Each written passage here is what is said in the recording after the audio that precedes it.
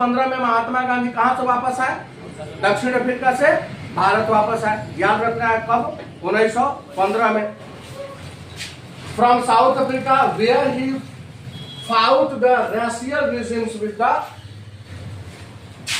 with a novel method of the mass education। जहां पर उन्होंने राशियल का मतलब क्या होता है? चमड़े के रंग के विरुद्ध में क्या किया था? आंदोलन किया था। कहां पर?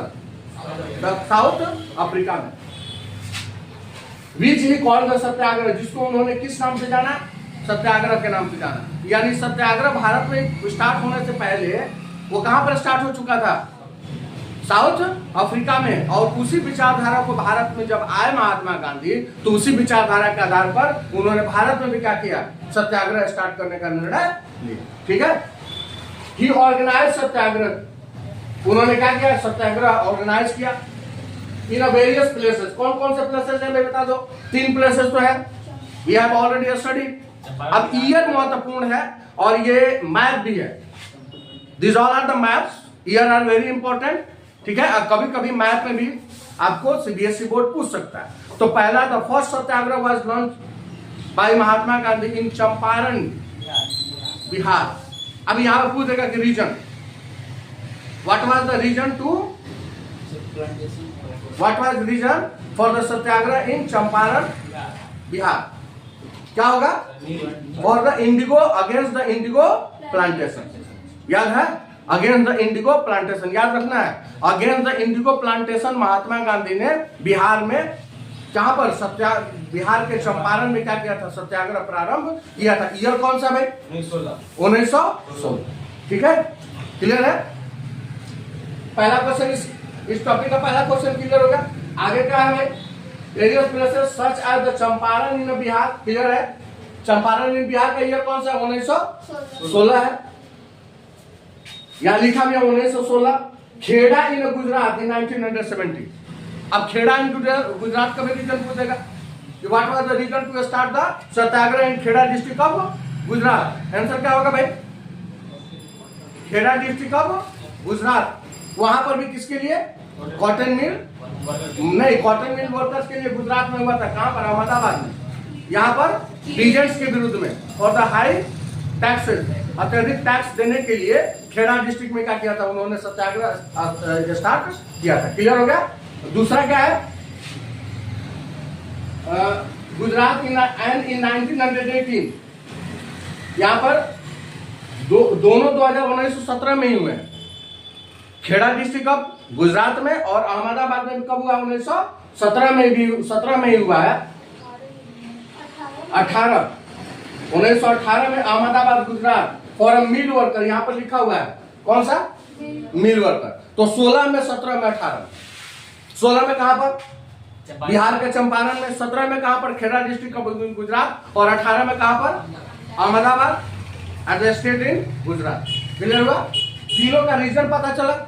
ये रीजन क्या है? बिहार, फिर से एक बार रिव्यू करो। बिहार में चंपारण में स्टार्ट होने का मतलब क्या था? Against indigo plantation. Kheda district of Gujarat में against high revenue for the favour of the peasants. और अहमदाबाद में कॉटन मिल वर्कर्स। रीजन भी पता चला। Reason plus year plus cause. ठीक है, तीनों क्लियर हो गया। Mill worker, this movement provided to be success. अब ये तीनों जो मूवमेंट उन्होंने चलाया वो बहुत ज्यादा क्या हुआ? सफल हुआ। और जब कोई आदमी, इंसान काम करता है, सफलता मिल जाती है, तो ये बिकम इंस्पायर्ड। तो उसको क्या हो जाता है? इंस्पायरेशन मिल जाता है। Mahatma Gandhi was inspired by the success of this movement. Mahatma Gandhi को इस तरह की सफलता से बहुत ज्यादा क्या था? इंस्पायरेशन मिला। अब उनका मन क्या हुआ? भारत की स्वतंत्रता के प्रति आगे की तरफ बढ़ा। और इससे भी बड़े बड़े उन्होंने क्या किए? आंदोलन को ऑर्गेनाइज करने का निर्णय लिया। और इस चैप्टर में आप लोगों ने गौर किया होगा कि we have to study more mainly 2 main movement of the India. The first one is the non cooperation and second one is the civil disobedience movement. अब ये दो अगर टॉपिक्स हम लोग पढ़ लेते हैं, it means we have completed the chapter. This were the 2 board based movement which is started by the Mahatma Gandhi for the independence of India. Clear? इससे क्या हो गया? 3 आंदोलन से महात्मा गांधी को बहुत ज्यादा क्या मिला? इंस्पायरेशन मिला। वो आगे की तरफ बड़े बड़े आंदोलन करने के लिए क्या हो गया भाई, सफलता प्राप्त करना उन्होंने शुरू कर दिया। अब नेक्स्ट है द रॉलेट एक्ट 1990। जानते हैं आप रॉलेट एक्ट क्या था ये भाई? Which type of act was this? किस तरह का एक्ट था? भी यही है। इस तरीके से अगर एक एक बार एट ग्लांस कर लोगे ना, बोर्ड का कोई भी क्वेश्चन नहीं छूटेगा। अब रॉलेट एक्ट इंपॉर्टेंट है, नॉन कॉपरेशन मूवमेंट इंपॉर्टेंट है और सिविल डिसोबीडिएंट मूवमेंट इंपॉर्टेंट है। ठीक है, अब हम लोग डेट भी चलेंगे, हम लोग डीपली भी देख लेंगे इसको। द रॉलेट एक्ट क्या था? The Rowlatt act give the British government enormous power. Enormous power का मतलब क्या हो भाई? अत्यधिक, बहुत ज्यादा शक्तियां उनको मिल गई। किसको? ब्रिटिश सरकार को। कौन कौन सी शक्तियां मिली थी? The person who are involve in the politics, he should be arrested without any trial, without any FIR for 2 years। अब ये पता नहीं कि वो व्यक्ति पॉलिटिकली इन्वॉल्व है या नहीं है, उसको घर से पकड़ करके और ये कह करके जेल में डाल देना कि ये राजनीति में क्या था, शामिल था। So in India we can say that it is a blind law which is legislated by the British government. हम कह सकते हैं ना, ये क्या है? एक तरह का अंधा कानून है कि आपको जिसको मन में मर्जी होगा, जो आपके कामों में अवरोध उत्पन्न कर रहा होगा, जो इंडिपेंडेंट के लिए क्या कर रहा होगा, स्ट्रगल कर रहा होगा, वो पॉलिटिकली इन्वॉल्व है या नहीं है, आपने उठाया और उसको क्या कर दिया, जेल में डाल दिया। इससे कहा रहा है कि British government enormous power, British government को बहुत सारी अथाह शक्तियां मिल गई। अब शक्तियों का कोई सीमा नहीं था। किस तरह की शक्तियां? To replace the political activity, राजनीतिक गतिविधियों को दबाने के लिए, कुचलने के लिए उनके पास बहुत ज्यादा क्या मिल गई, पावर मिल गई। किस एक्ट के तहत? Rowlatt act. हिंदी क्या था? नहीं, इसका नाम ही है रॉलेट एक्ट। ठीक है, रॉलेट एक्ट के तहत क्या मिल गया उनको? बहुत तरह के अधिकार मिल गए। टू रिप्रेस लिखा हुआ है, रिप्रेस का मतलब क्या करना?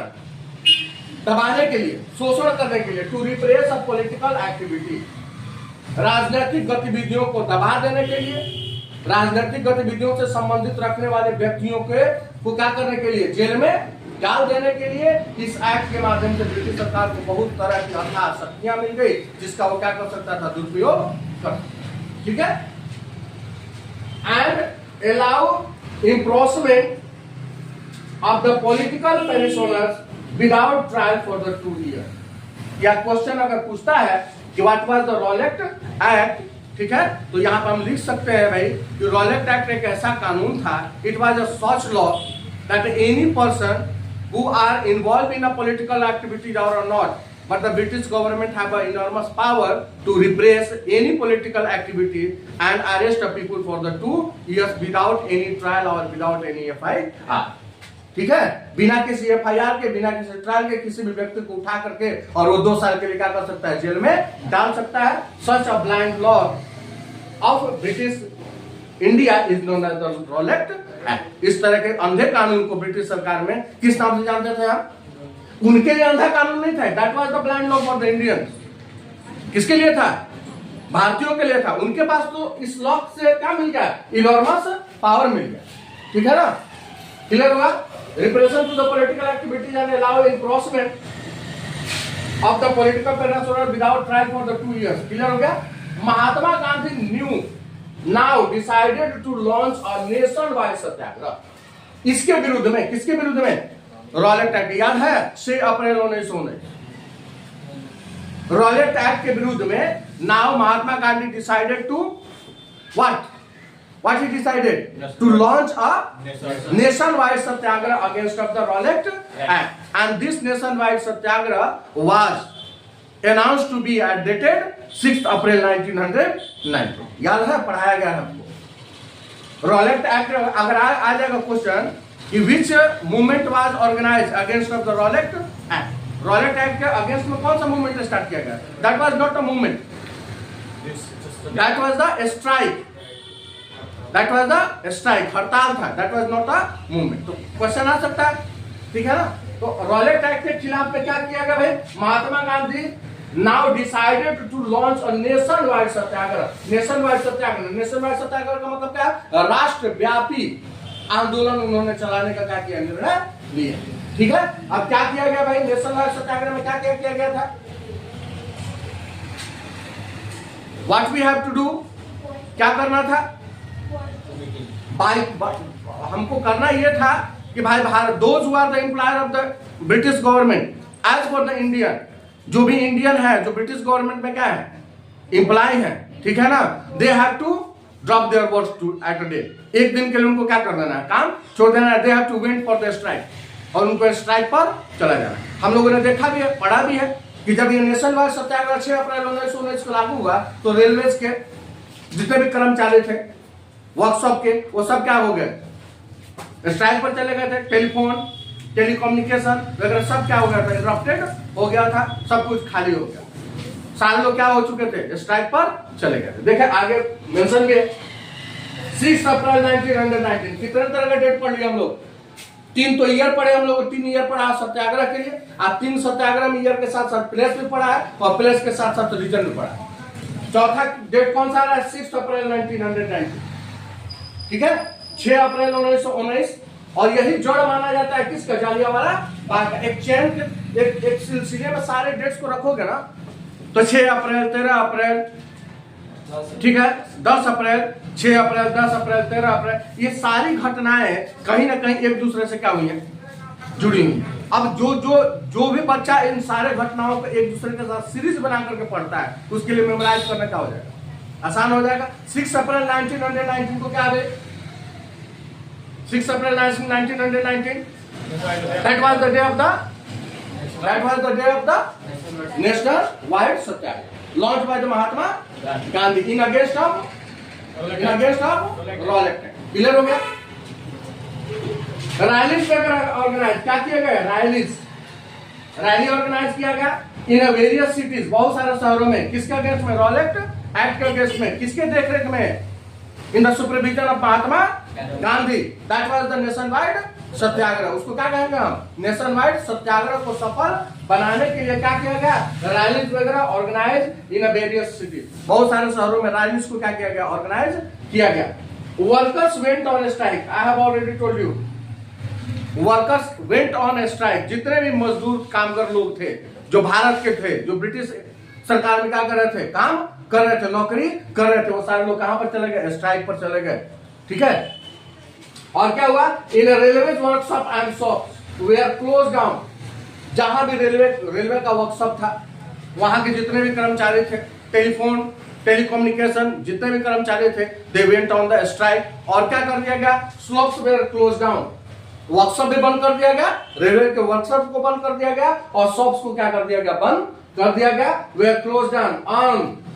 इसका नतीजा क्या हुआ, एट ए ग्लांस से उतना डीप में तो है नहीं, इसका नतीजा ये हुआ कि 10 अप्रैल 1919 को अमृतसर में एक शांतिपूर्वक जुलूस पर किसके द्वारा, ब्रिटिशों के द्वारा क्या कर दी गई, फायर कर दिया गया। गुस्साए भीड़ ने all the government symbolized building they attack immediately, सरकार की जो भी गवर्नमेंट सिंबलाइज्ड बिल्डिंग थी जहां पर ब्रिटिश सरकार के झंडे लगे हुए थे, like railway station, police station, ठीक है ना, वहां पर भारतीयों के द्वारा क्या किया जाने लगा, अटैक किया जाने लगा। किस इवेंट्स के कारण, बस the events of the 10th अप्रैल 1919। अगर मान लो कि 6 अप्रैल 1919 को घटनाएं नहीं होती, 6 अप्रैल 1919 को अगर सत्याग्रह नहीं होता और वहां पर टेलीकम्युनिकेशन के लाइन को नहीं काटा गया रहता, रेलवे लाइन की पटरियों को खड़ा नहीं गया रहता, अगर लाखों करोड़ों के रुपये में उनका नुकसान नहीं हुआ होता, तो 10 अप्रैल को जो सत्याग्रह शांतिपूर्वक जुलूस कर रहे थे, कहां पर, एक बैठक था, that was not a rally,